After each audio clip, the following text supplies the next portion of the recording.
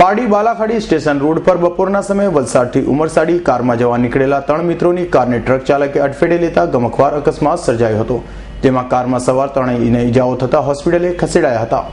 વલસાડ ધોબી તળાવ ગાયત્રી મંદિર પાછળ રહેતા ખાપલાભાઈ સોમાભાઈ રાઠોડ કે જેઓ પોતાની Maruti van car number GJ15DD 637 શુક્રવારના રોજ તેના મિત્ર અજય અને રિતેશ રાઠોડ સાથે પારડી ઉમરસાડી તરફ જવા નીકળ્યા હતા।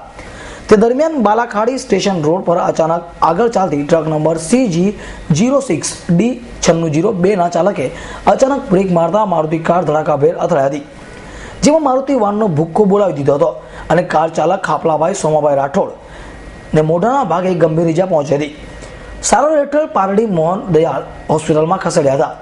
અકસ્માતના બંને મિત્રો ડરી ગયા હતા અને તેઓના સંબંધી વલસાડ જાણ કરી અકસ્માત સ્થળે પોલીસ ન પહોંચી ચર્ચાનો વિષય બન્યો હતો।